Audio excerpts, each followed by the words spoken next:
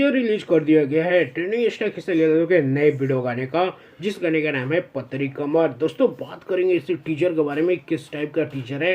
दोस्तों बता दें कि अभी किशोर यादव के बैक टू बैक गाने आ रहे हैं। अभी पतरी तिरिया आया था, उससे पहले आया था जो रे तोरा माई के, उससे पहले और भी काफी सारे गाने आए थे। किशोर यादव का लाइव भी आए थे, सभी गानों के बारे में बात भी कर रहे थे। आइए दोस्तों बात करते हैं इस गाने के बारे में। दोस्तों बता दें कि इस गाने को लिखा है अखिलेश कश्यप ने, गाने में म्यूजिक दिया है आर्या शर्मा ने, गाने गाया है ट्रेंडिंग स्टार किशोर यादव और शिल्पी राज। और इस टीजर में और इस वीडियो गाने में आपको देखने को मिल रही है कृति वर्मा और ट्रेंडिंग स्टार किशोर यादव की जोड़ी। वही दोस्तों अगर टीजर की बात करें दोस्तों, काफी कमाल का टीजर बनाया गया है। आप देख सकते हैं किशोर यादव किस अंदाज किस मूड में दिख रहे हैं। एक फायर वाला सीन दिया गया है किशोर यादव का इस टीजर में, और गाना में भी कुछ ऐसा ही मजा आप सभी को देखने को मिलेगा।